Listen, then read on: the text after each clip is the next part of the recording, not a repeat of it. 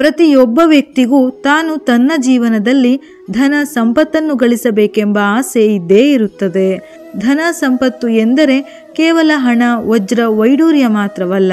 ಸುಖ, ಸಂತೋಷ, ನೆಮ್ಮದಿ, ಆರೋಗ್ಯ ಇವೆಲ್ಲವೂ ಇದ್ದರೆ ಏನಾದರೂ ಸಾಧಿಸಬಹುದು. ಇವುಗಳಲ್ಲಿ ಯಾವುದಾದರೂ ಒಂದು ಸರಿಯಿಲ್ಲವೆಂದರೂ ಏನನ್ನು ಮಾಡಲು ಸಾಧ್ಯವಿಲ್ಲ. ಹಾಗಾಗಿ ಇವುಗಳನ್ನು ಕೂಡ ಧನ ಸಂಪತ್ತು ಎಂದು ಪರಿಗಣಿಸಲಾಗುತ್ತದೆ. ಆದರೆ ಇದಕ್ಕೆಲ್ಲ ಸಂಪತ್ತಿನ ಅಧಿದೇವತೆಯಾದ ಲಕ್ಷ್ಮೀದೇವಿಯ ಅನುಗ್ರಹವಿರಲೇಬೇಕು. ಯಾರ ಮೇಲೆ ಸಂಪತ್ತಿನ ದೇವತೆಯಾದ ಲಕ್ಷ್ಮೀದೇವಿಯ ಆಶೀರ್ವಾದ ಇರುತ್ತದೆಯೋ ಅಂತಹ ವ್ಯಕ್ತಿಯೊಂದಿಗೆ ಲಕ್ಷ್ಮೀದೇವಿ ಸದಾಕಾಲ ನೆಲೆ ನಿಲ್ಲುತ್ತಾಳೆ. ಲಕ್ಷ್ಮೀದೇವಿ ನೆಲೆಸಿರುವ ಮನೆಯಲ್ಲಿ ಹಣದ ಕೊರತೆ ಇರುವುದಿಲ್ಲ. ಸುಖ, ಸಂತೋಷ, ಸಮೃದ್ಧಿ, ನೆಮ್ಮದಿ ನೆಲೆಸುತ್ತದೆ ಎಂದು ಹೇಳುತ್ತಾರೆ. ತಾಯಿ ಲಕ್ಷ್ಮಿಯ ಕೃಪೆಗಾಗಿ ಕೆಲವು ಕೆಲಸಗಳನ್ನು ಗರುಡ ಪುರಾಣದಲ್ಲಿ ಉಲ್ಲೇಖಿಸಿದ್ದಾರೆ. ಇದು ಜೀವನದಲ್ಲಿ ಸಕಾರಾತ್ಮಕ ಪರಿಣಾಮ ಬೀರುತ್ತದೆ.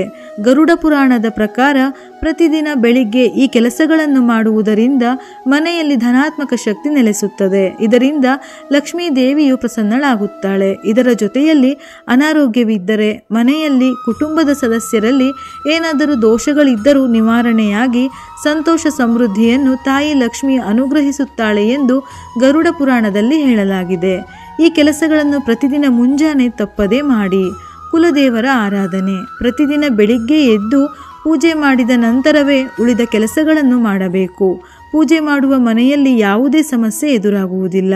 ಗರುಡ ಪುರಾಣದಲ್ಲಿ ಪ್ರತಿಯೊಬ್ಬ ವ್ಯಕ್ತಿಯು ತಮ್ಮ ಮನೆಯ ಕುಲದೇವರು ಅಂದರೆ ಕುಟುಂಬದ ದೇವರನ್ನು ನಿಯಮಿತವಾಗಿ ಪೂಜಿಸಬೇಕು ಎಂದು ಹೇಳಲಾಗಿದೆ. ಇದರಿಂದ ಮನೆಯಲ್ಲಿ ಸುಖ ಸಮೃದ್ಧಿ ನೆಲೆಸಿ ಆರ್ಥಿಕ ಸಮಸ್ಯೆಗಳು ದೂರವಾಗುತ್ತದೆ. ಮುಂಜಾನೆ ಎದ್ದು ಶುದ್ಧವಾದ ನಂತರ ಕುಲದೇವರನ್ನು ಪೂಜಿಸಬೇಕು. ಪೂಜೆಯ ಸಮಯದಲ್ಲಿ ಸ್ವಲ್ಪ ಸಮಯವಾದರೂ ಧ್ಯಾನ ಮಾಡಬೇಕು. ಇದರಿಂದ ಮನಸ್ಸಿಗೆ ನೆಮ್ಮದಿ, ಶಾಂತಿ ಲಭಿಸಲಿದೆ ಎಂದು ನಂಬಲಾಗಿದೆ. ಸ್ನಾನದ ನಂತರ ಆಹಾರವನ್ನು ತಯಾರಿಸಿ. ಗರುಡ ಪುರಾಣದ ಪ್ರಕಾರ ಅಡುಗೆ ಮನೆಯನ್ನು ಹಿಂದೂ ಧರ್ಮದಲ್ಲಿ ಅತ್ಯಂತ ಪವಿತ್ರ ಸ್ಥಳವೆಂದು ಪರಿಗಣಿಸಲಾಗಿದೆ. ಅದಕ್ಕೆ ಬೆಳಿಗ್ಗೆ ಸ್ನಾನ ಮಾಡಿದ ನಂತರವೇ ಅಡುಗೆ ಮನೆ ಪ್ರವೇಶಿಸಿ ಆಹಾರ ತಯಾರಿಸಿ. ಇದರೊಂದಿಗೆ ಅಡುಗೆ ಮಾಡುವ ಮೊದಲು ಅಡುಗೆ ಮನೆಯನ್ನು ಪೂಜಿಸಿ ಯಾವುದೇ ಅಡುಗೆ ಮಾಡಿದರೂ ಅಂದರೆ ಸಾತ್ವಿಕ ಆಹಾರವನ್ನು ದೇವರ ನೈವೇದ್ಯಕ್ಕೆ ಅರ್ಪಿಸಿ. ಇದರೊಂದಿಗೆ ಲಕ್ಷ್ಮೀದೇವಿಯ ಆಶೀರ್ವಾದ ಸದಾ ಮನೆಯಲ್ಲಿರುತ್ತದೆ. ನಿಯಮಿತವಾಗಿ ಈ ಕೆಲಸ ಮಾಡಿ. ದೇವರ ಮನೆಯಲ್ಲಿರುವ ದೇವರನ್ನು ನಿಯಮಿತವಾಗಿ ಪೂಜಿಸಬೇಕು. ಅಂದರೆ ಕುಲದೇವರ ಪೂಜೆಯ ನಂತರ ಉಳಿದ ಎಲ್ಲ ದೇವರನ್ನು ಪೂಜಿಸಬೇಕು.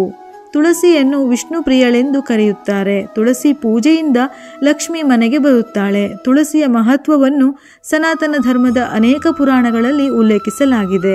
ತುಳಸಿಯನ್ನು ಮನೆಯಲ್ಲಿಟ್ಟರೆ ಅನೇಕ ರೋಗಗಳಿಂದಲೂ ಮುಕ್ತಿ ದೊರೆಯುತ್ತದೆ ಎಂದು ಗರುಡ ಪುರಾಣದಲ್ಲಿ ಹೇಳಲಾಗಿದೆ. ಭಾನುವಾರ ಹೊರತುಪಡಿಸಿ ತುಳಸಿಗೆ ನೀರನ್ನು ಅರ್ಪಿಸಬೇಕು. ಧಾರ್ಮಿಕ ಗ್ರಂಥಗಳನ್ನು ಪಠಿಸಿ. ಇದು ಜೀವನದಲ್ಲಿ ಸಕಾರಾತ್ಮಕತೆಯನ್ನು ತರುತ್ತದೆ. ಹಸು ಮತ್ತು ನಾಯಿಗೆ ಆಹಾರ ನೀಡಿ.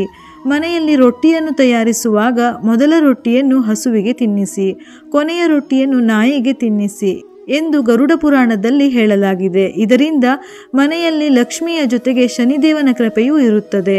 ರೊಟ್ಟಿಯನ್ನು ಮಾತ್ರವಲ್ಲದೆ ಯಾವುದೇ ಆಹಾರವನ್ನು ನೀವು ಸೇವಿಸುವ ಮೊದಲು, ಸೇವಿಸಿದ ನಂತರ ಹಸು ಮತ್ತು ನಾಯಿಗೆ ಆಹಾರ ನೀಡಿ. ಗರುಡ ಪುರಾಣದಲ್ಲಿನ ಉಲ್ಲೇಖದ ಪ್ರಕಾರ ಮುಂಜಾನೆ ಎದ್ದಾಕ್ಷಣ ಈ ಕೆಲಸಗಳನ್ನು ಮಾಡುವುದರಿಂದ ಲಕ್ಷ್ಮೀ ದೇವಿಯ ಅನುಗ್ರಹ ಪ್ರಾಪ್ತಿಯಾಗುತ್ತದೆ. ದಾರಿದ್ರ್ಯಗಳೆಲ್ಲ ದೂರಾಗಿ ಸುಖ, ಸಂತೋಷ, ನೆಮ್ಮದಿ ನೆಲೆಸುತ್ತದೆ.